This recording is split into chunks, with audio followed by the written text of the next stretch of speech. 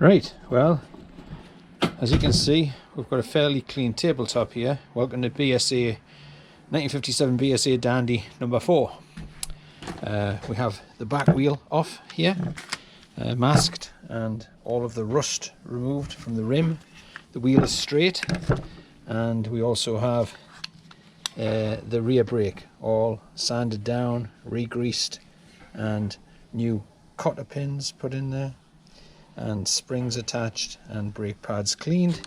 We've got the front brake with the same thing, with the axle on the front brake, and we also have the front wheel masked off and ready for paint. I'll be painting the hubs on the front wheel because I had to get rid of quite a bit of rust on there, so the hubs will be silver along with the rims, which are nice and smooth, and just waiting for the weather. It's beautiful out here, but it's 3 or 4 degrees, so not really suitable for painting.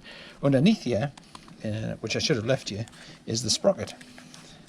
A little sprocket there, which is attached to the hub, so you can't replace it if you ever want to change the gearing, especially if you are going for something like a land speed record. So, also, in the spirit of taking things apart before I know what I'm doing, this is the tiny little piston that is in the engine.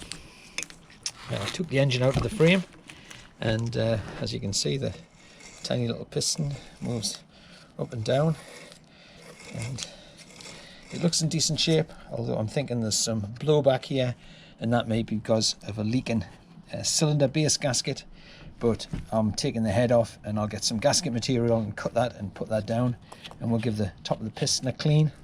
And then we've got to figure out how to get this nut off, which has been kind of savagely washed in, and then to turn this around with a spark plug in here against the frame, against the engine, to see if the spark comes out the spark plug, which means that there's ignition working and the points are fine, which are behind here.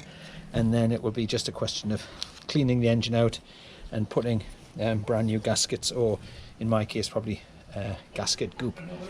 My friend Jeff is probably thinking, oh my god, that looks quite tidy for Brian. The reason why it's not in the garage is because the garage isn't tidy. So there you go, Jeff. Anyway, new commercials for you.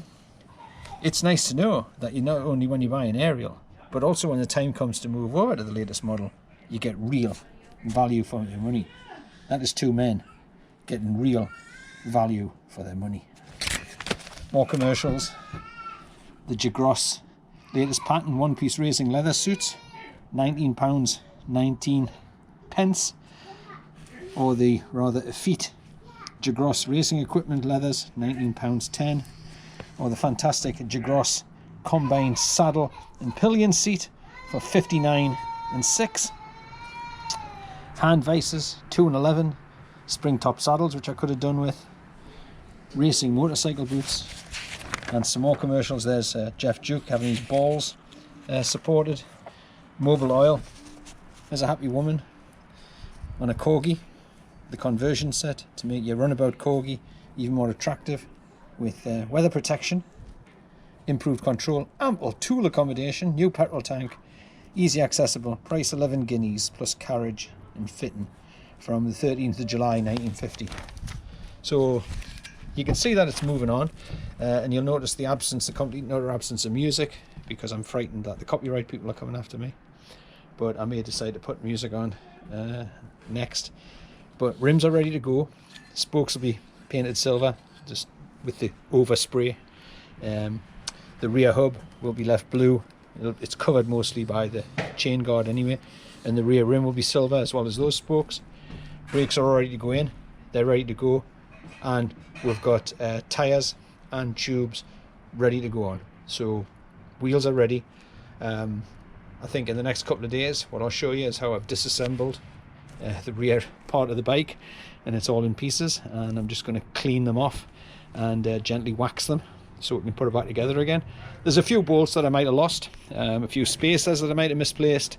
There might even be a piece that's left over, but it's a pretty simple bike, and we're getting there slowly but surely. Jeff, if you're watching, this may be where you need to give me a hand as to whether we need to clean this, take the engine apart, and I think we need to, but I will probably need a Whitworth socket to get this nut off. I don't want to round it off. That's it for number 5. This is your smiling mechanic right here with these safety glasses on. And if you want to come with me into the garage or the shed, I'm not going in the shed because of course Jeff will criticise me for the floor being clean, not being clean, but you can see we've got some valuable vintage iron. Norton, winner of 20 TTs, established 1928, the world's best road holder. Speed Thrills, do the ton, specialising in Cafe Racer parts and service. And Cafe Racer quality parts and service, do the ton. But right on the front of the shed, there's the Kawasaki under the cover, just waiting for the side panel. New front tyre on it is my beautiful Motor Guzzi Hispania Servicio, Spanish Motor Guzzi dealer and service agent. So if anybody who's Spanish happens to come around and needs a Motor Guzzi serviced, I will be your man. Looking back over the house in the garden, starting to come around. Charlie has a numbers in there, plant pots for tomatoes, and there are the 2 guard dogs of this backyard. As you can see, that's dad and daughter, Teddy and Betty, ready to pounce. Thanks very much for watching 1957 BSA Dandy number 5. Engine in pieces, wheels all done, people shouting in the background. Love you all. Anybody who's foolish enough to watch this, thank you very much. See you for number 6, which will be in a couple of days. Take care.